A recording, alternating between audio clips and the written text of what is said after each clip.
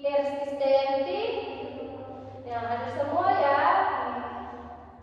Nah, sebelum Ibu mulai pembelajaran, ada yang tahu kita mau belajar apa sekarang? Nah, kemarin kan kita sudah mengenal tentang suku kata. Nah, jadi Ibu di sini mau mengulang kembali bunyi-bunyi suku kata. Nah, di sini Ibu ada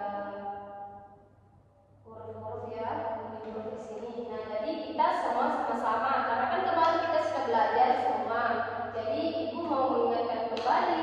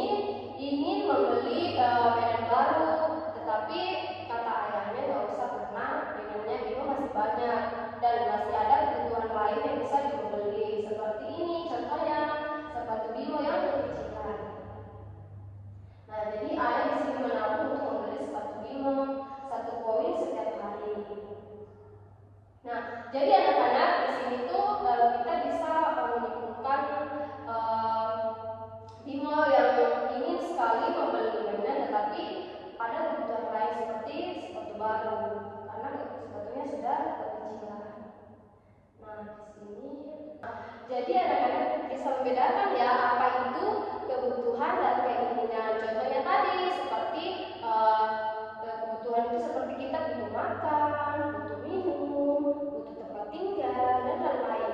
Nah, sedangkan keinginan sendiri itu seperti kita mau mainan baru, seperti Bimo tadi, mau handphone, mau liburan, mau naik mewah dan lain-lain.